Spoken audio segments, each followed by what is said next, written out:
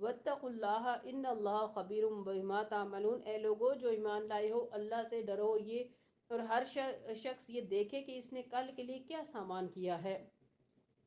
کل سے مراد آخرت ہے۔ ہمیں اس کل کی تو بہت فکر ہوتی ہے، کل ٹیسٹ ہے، کل یہ کرنا ہے، کل وہ کرنا ہے، لیکن آخرت کے امتحان اور ٹیسٹ کی اتنی فکر نہیں ہے ہمیں جتنی ہونی چاہیے۔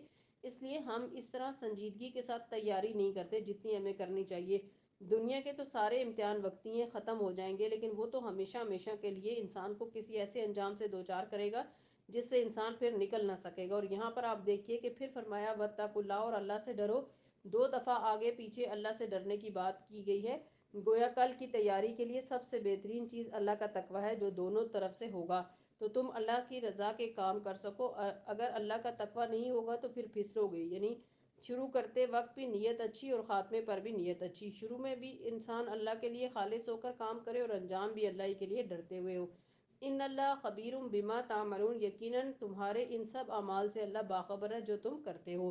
ولا تکونوا کالذین نسوا اللہ فانساہم انفسہم اولئک هم الفاسقون، اور ان لوگوں کی طرح نہ ہو جاؤ جو اللہ کو بھول گئے تو اللہ نے انہیں اپنا نفس بھلا دیا۔ جب انسان یہ بھول جاتا ہے کہ وہ کسی کا بندہ ہے، اپنے رب کو بھول جاتا ہے، تو پھر وہ اپنی ایک غلط حیثیت کا تعین کر پڑتا ہے، پھر اس کا کنیکشن اللہ سے نہیں ہوتا، پھر وہ کنیکشن اور جگہوں سے جڑ جاتا ہے، جو ہی اور جگہوں پر جڑتا ہے تو انسان پھر دلدل میں پھنس جاتا ہے۔ اس لیے سب سے زیادہ انسان کے دل میں اللہ کی یاد ہونی چاہیے، اور ہم سب اپنا اپنا جائزہ لیتے رہیں کہ میں سب سے زیادہ کس بارے میں سوچتی ہوں، جو ہی اس کے بارے میں سوچیں فوراً اللہ تعالیٰ کو یاد کریں اور اللہ کو بھول نہ جائیں۔ یہی لوگ فاسق ہیں، کون؟ وہ جو اللہ تعالیٰ کا ذکر نہ کریں، اسے یاد نہ کریں۔ لا یستوی اصحاب النار و اصحاب الجنہ، اصحاب الجنہ هم الفائزون، دوزخ میں جانے والے اور جنت میں جانے والے کبھی یکساں نہیں ہو سکتے، جنت میں جانے والے ہی اصل میں کامیاب ہیں۔ لو انزلنا هذا القرآن على جبل لرأيته خاشعا متصدعا من خشیة اللہ وتلك الامثال نضربها للناس لعلهم يتفکرون، اگر ہم نے یہ قرآن کسی پہاڑ پر بھی اتار دیا ہوتا تو تم دیکھتے کہ وہ اللہ کے خوف سے دبا جا رہا ہے، اور بندہ ہے کہ پورا پورا قرآن پڑھ کر ختم کر ڈالتا ہے اور دل پر کوئی اثر ہی نہیں پڑتا، پگھلتا ہی نہیں، اور سختی ہے کہ ختم ہی نہیں ہوتی اور حالات درست ہی نہیں ہوتے، عمل میں کوئی تبدیلی نہیں آتی۔ یہ کیسے قرآن سے محبت اور قرآن سے تعلق ہے؟ جو حقیقی معنوں میں قرآن کا معنی سمجھ جائے، جو قرآن کا مقام پا لے، پھر اس کے لیے تو ایک یا ایھا الذین آمنو کہنا ہی اسے دبا دینے کے لیے کافی ہے۔ وہ ٹوٹ کر گر جائے کہ اللہ نے مجھے پکار دیا، اور فوراً وہ دوڑ پڑے کہ اچھا میں یہ کام کر لوں کیونکہ کائنات کے بادشاہ نے مجھے حکم دیا ہے۔ فرمایا پہاڑ پر بھی پڑے تو وہ بھی ریزہ ریزہ ہو جائے اللہ کے ڈر سے، اور بندے تیرے دل میں اللہ کا کوئی ڈر نہیں ہے۔ یہ مثالیں ہم لوگوں کے سامنے اس لیے بیان کرتے ہیں کہ وہ اپنی حالت پر غور کریں۔ ہم سب کو اپنے حالات پر غور کرنا چاہیے کہ ہم نے دل کہاں لگایا اور کس چیز کے لیے ہم دوڑ رہے ہیں، اور کس چیز کی خواہش ہمارے دل میں سب سے زیادہ ہے، کیا واقعی ہمارے لیے فائدہ مند ہے۔ رسول اللہ صلی اللہ علیہ وسلم نے فرمایا مومن اور موت کی مثال اس شخص کی طرح ہے جس کے تین دوست ہیں، ان میں سے پہلا دوست کہے اپنی چاہت کے مطابق لے لو، دوسرا کہے میں تیرے ساتھ ہوں لیکن جب تم مر جائے گا تو میں تجھ سے جدا ہو جاؤں گا، تیسرا کہے میں تیرے ساتھ ہوں اور تیرے ساتھ ہی نکلوں گا۔ پہلا دوست اس کا مال، دوسرا اس کی آل اولاد، اور تیسرا اس کا عمل ہے۔ سلسلۃ الصحیحہ کی حدیث ہے۔ اب ہم سب سے زیادہ کس سے محبت کرتے ہیں؟ آل اولاد سے، مال سے اور عمل سے۔ مال اور اولاد کی مشغولیت کی وجہ سے اس کے لیے ہمارے پاس وقت نہیں رہتا۔ اللہ ہم سب کو توفیق دے کہ جیسی نمازیں ہم رات کی اس وقت پڑھ رہے ہیں، اللہ تعالیٰ ہمیں بعد میں بھی تہجد کے قابل بنا دے، اور جو بھی نیک عمل ہم اس مہینے میں کر رہے ہیں اللہ تعالیٰ ہمیں انہیں جاری رکھنے کی توفیق عطا کر دے، آمین۔ کیونکہ یہ ہمارے ساتھ جائیں گے، یاد رکھیں یہ ساتھ ہوں گے قبر میں، اور یہ ساتھ نکلیں گے حشر میں۔ اور مال اور اولاد کہاں چلی جائے گی؟ اولاد تو منہ پھیر کے چلی جائے گی، اور مال بھی، مال تو پیچھے رہ گیا دنیا میں، اولاد آگے ہوگی لیکن اسے اپنی پڑی ہوگی، وہ ماں باپ کے کسی کام نہیں آئے گی۔ اور پھر اللہ تعالیٰ کی صفات کا ذکر ہے، ان آیات میں 18 ناموں کا ذکر کیا گیا ہے، صفاتی نام ہے اللہ تعالیٰ کے۔ هو الذی لا الہ الا ہوا عالم الغیب والشہادۃ هو الرحمن الرحیم، وہ اللہ ہی ہے جس کے کوئی معبود نہیں، غائب اور حاضر ہر چیز کا جاننے والا وہی رحمان اور رحیم ہے۔ هو اللہ الذی لا الہ الا ہوا، وہ اللہ ہی ہے جس کے سوا کوئی معبود نہیں، الملک بادشاہ ہے، القدوس نہایت مقدس پاکیزہ۔ عائشہ رضی اللہ عنہا کہتی ہیں کہ رسول اللہ صلی اللہ علیہ وسلم اپنے رکوع سجود میں سبوح قدوس رب الملائکۃ والروح پڑھا کرتے تھے، تو آج سے آپ بھی یہ پڑھا کریں، یعنی یہ سیکھ لیجئے، صحیح مسلم کی حدیث ہے یہ کہ سبوح قدوس رب الملائکۃ والروح، تمام تسبیحاں پڑھنے کے بعد یہ ضرور پڑھ لیا کریں ایک دفعہ۔ صوبان رضی اللہ عنہ کہتے ہیں کہ رسول اللہ صلی اللہ علیہ وسلم نماز میں سلام کے بعد 3 مرتبہ استغفار کہتے، پھر یہ کہتے اللہم انت السلام و منک السلام تبارکت یا ذا الجلال والاکرام، اللہ تو سراپا سلامتی ہے اور تجھی سے سلامتی حاصل ہوتی ہے، تو بڑی برکتوں والا ہے اے جلال و اکرام والے رب۔ صحیح مسلم کی یہ حدیث ہے۔ تو یہ آپ کی نماز کی جو کتابیں ہیں آپ کے پاس دعاؤں کی، ان کے اندر یہ لکھا ہوا ہے، ضرور نماز کے بعد کے اذکار یاد کریں اور انہیں کیا کریں۔ 3 بار اونچی آواز میں استغفر اللہ کہنا، پھر اللہم انت السلام و منک السلام تبارکت یا ذا الجلال والاکرام، پھر آیت الکرسی پڑھنا، پھر تسبیحات فاطمہ پڑھنا۔ تو مومن کا مطلب ہوتا ہے امن دینے والا، مہیمن نگہبان، العزیز زبردست، العزیز ایک کا ایک معنی عزت والا بھی ہے، الجبار تسلط والا، متکبر بڑائی ہو کر رہنے والا۔ رسول اللہ صلی اللہ علیہ وسلم نے فرمایا اللہ تعالیٰ فرماتا ہے عزت میرا آزار ہے اور کبریائی میری چادر، جو آدمی مجھ سے یہ صفتیں چھینے گا میں اسے عذاب دوں گا۔ صحیح مسلم کی حدیث ہے، حدیث قدسی۔ الجبار المتکبر کے جو نام ہے قیامت کے دن اللہ سبحانہ تعالیٰ زمین و آسمان کو اپنی مٹھی میں لے کر فرمائیں گے۔ عبداللہ بن عمر رضی اللہ عنہما سے مروی ہے کہ ایک دن رسول اللہ صلی اللہ علیہ وسلم نے ممبر پر یہ آیت تلاوت فرمائی والسماوات مطویۃ بیمینہ سبحانہ وتعالی عما یشرکون، اور کہنے لگے کہ اللہ تعالیٰ اپنی بزرگی خود بیان کرے گا اور کہے گا کہ میں ہوں جبار، میں ہوں متکبر، میں ہوں بادشاہ، میں ہوں غالب۔ رسول اللہ صلی اللہ علیہ وسلم یہ بات بار بار دہرانے لگے، یہاں تک کہ آپ صلی اللہ علیہ وسلم کی وجہ سے ممبر کانپنے لگا، یہاں تک کہ ہمیں اندیشہ ہونے لگا کہ کہیں آپ صلی اللہ علیہ وسلم نیچے نہ گر جائیں۔ یہ مسند احمد کی روایت ہے۔ اس طرح آپ صلی اللہ علیہ وسلم کے دل پر لرزہ طاری ہوا۔ سبحان اللہ عما یشرکون، پاک ہے اللہ اس شرک سے جو یہ لوگ کر رہے ہیں۔ وہ اللہ الخالق الباری المصور، وہ اللہ ہی خالق ہے، باری ہے جو پیدا کرنے والا ہے، وجود میں لانے والا ہے، مصور جو صورت گری کرنے والا ہے، لہ الاسماء الحسنی، اسی کے ہیں سب اچھے اچھے نام، اور مصور جو اللہ تعالیٰ کی صفت ہے، یہ اللہ تعالیٰ ہی کے لیے ہے، اللہ تعالیٰ کی اس صفت کی کاپی نہیں کرنی چاہیے، یعنی انسان جانداروں کی تصویریں نہیں بنانی چاہیے انسان کو۔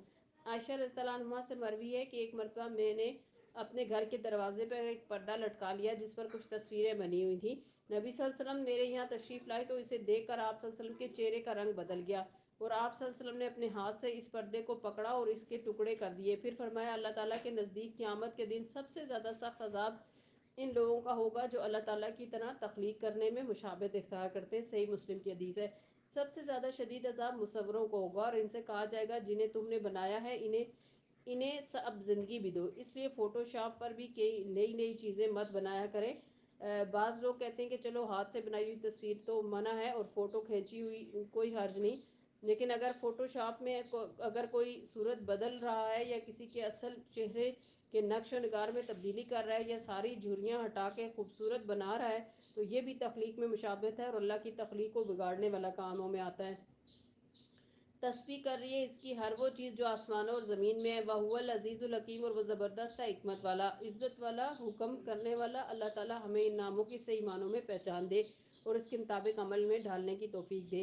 سورۃ الممتحنہ، بسم اللہ الرحمن الرحیم، مدنی سورت ہے۔ یا ایھا الذین آمنوا لا تتخذوا عدوی وعدوکم اولیاء تلقون الیہم بالمودۃ وقد کفروا بما جاءکم من الحق یخرجون الرسول وایاکم ان تؤمنوا باللہ ربکم ان کنتم خرجتم جہادا فی سبیلی وابتغاء مرضاتی تسرون الیہم بالمودۃ وانا اعلم بما اخفیتم واعلنتم ومن یفعلہ منکم فقد ضل سواء السبیل۔ اے لوگو جو ایمان لائے ہو، اگر تم میری راہ میں جہاد کرنے کے لیے اور میری رضا جوئی کی خاطر وطن چھوڑ کر گھروں سے نکلے ہو تو میرے اور اپنے دشمنوں کو دوست نہ بناؤ، تم ان کے ساتھ دوستی کی طرح ڈالتے ہو، حالانکہ جو حق تمہارے پاس آیا ہے ان کو ماننے سے وہ انکار کر چکے ہیں، اور ان کی روش یہ ہے کہ رسول کو اور خود تمہیں صرف اس قصور پر جلا وطن کرتے ہیں کہ تم اپنے رب اللہ پر ایمان لائے ہو، تم چھپا کر ان کو دوستانہ پیغام بھیجتے ہو، حالانکہ جو کچھ تم چھپا کر کرتے ہو اور جو اعلانیہ کرتے ہو ہر چیز کو میں خوب جانتا ہوں۔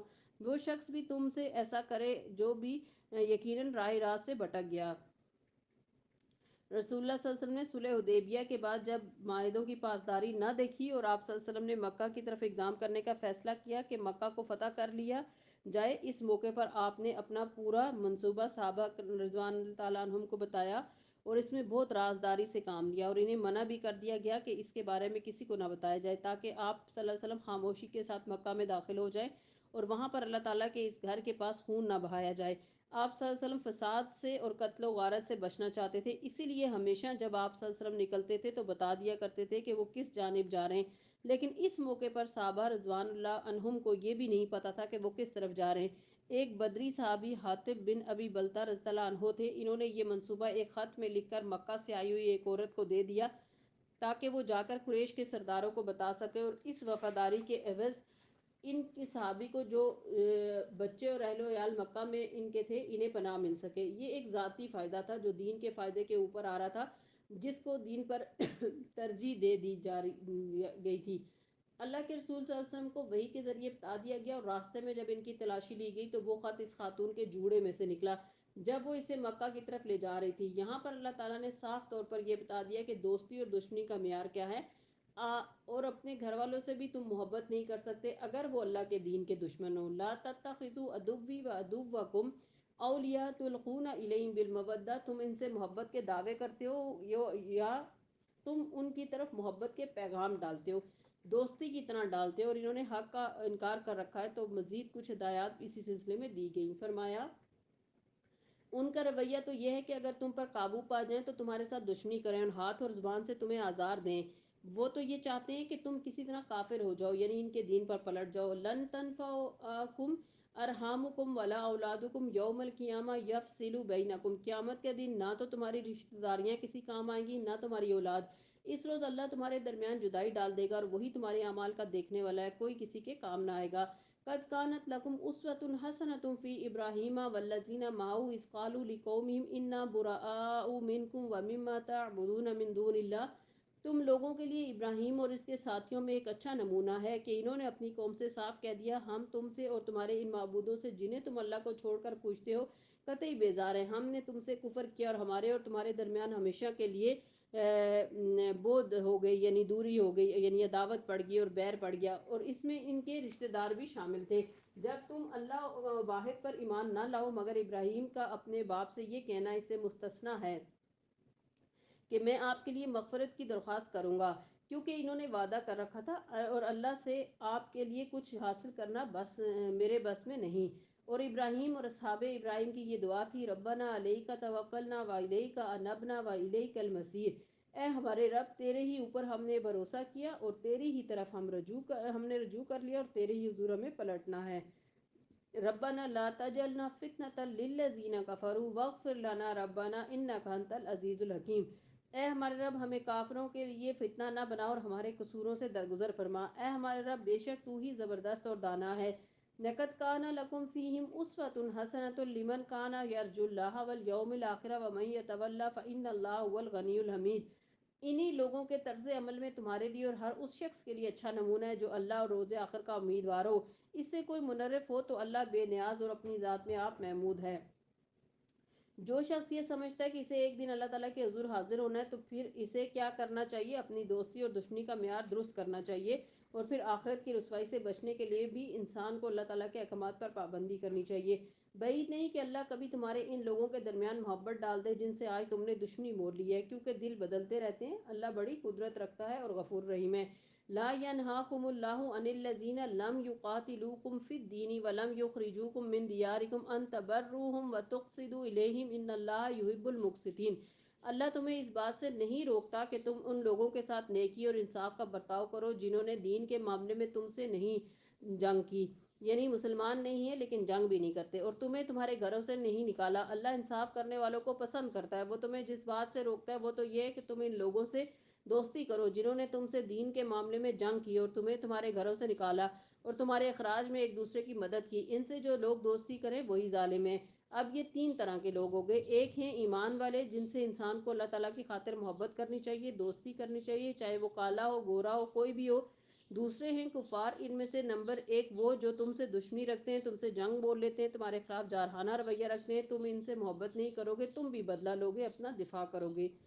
تیسرے وہ لوگ ہیں جو مسلم نہیں ہیں، غیر مسلم ہیں، لیکن وہ امن سے رہتے ہیں، تمہارے خلاف کوئی جارحانہ رویہ اختیار نہیں کرتے، تمہیں تنگ نہیں کرتے، خود بھی امن سے رہ رہے ہیں، تمہیں بھی رہنے دیتے ہیں۔ ان کے خلاف خواہ خواہ جنگ چھیڑنا کوئی عقل مندی کی بات نہیں ہے اور اس بات سے یہاں روکا گیا ہے۔ اللہ تمہیں اس بات سے نہیں روکتا کہ تم ان لوگوں کے ساتھ نیکی اور انصاف کا برتاؤ کرو جنہوں نے دین کے معاملے میں تم سے جنگ نہیں کی۔ مسلم یہ نہیں ہیں لیکن جنگ نہیں کرتے، اور تمہیں تمہارے گھروں سے نکالا، بلکہ تمہیں پناہ دی ہوئی ہے۔ اللہ انصاف کرنے والوں کو پسند کرتا ہے۔ آپ دیکھیے، ایسا بھی کوئی دین ہوگا جس میں دشمنوں کے ساتھ بھی انصاف کا معاملہ کرنے کا حکم دیا جا رہا ہو؟ جتنی وہ زیادتی کریں بس اتنی ہی زیادتی کرنی ہے، حد سے نہیں بڑھنا، ظلم نہیں کرنا۔ جو تمہیں نہیں ستائیں انہیں نہ ستاؤ۔ دلی تعلق محبت اسی سے ہوگا جو اللہ سے محبت کرتا ہوگا۔ وہ کس چیز سے روکتا ہے؟ وہ تمہیں جس بات سے روکتا ہے وہ تو یہ ہے کہ تم ان لوگوں سے دوستی کرو جنہوں نے تم سے دین کے معاملے میں جنگ کی اور تمہیں تمہارے گھروں سے نکالا اور تمہارے اخراج میں ایک دوسرے کی مدد کی، یعنی اتحادی بن گئے۔ ان سے جو دوستی کریں گے وہی ظالم ہیں۔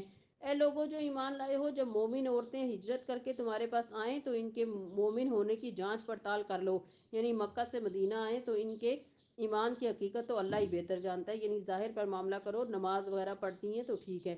پھر جب تمہیں معلوم ہو جائے کہ وہ مومن ہیں تو انہیں کفار کی طرف واپس نہ کرو، کیونکہ صلح حدیبیہ میں ایک شرط یہ بھی تھی کہ اگر کوئی شخص مکہ سے مدینہ آئے گا تو اسے واپس لوٹایا جائے گا، اور اس میں لفظ مرد تھا، عورت نہیں تھا۔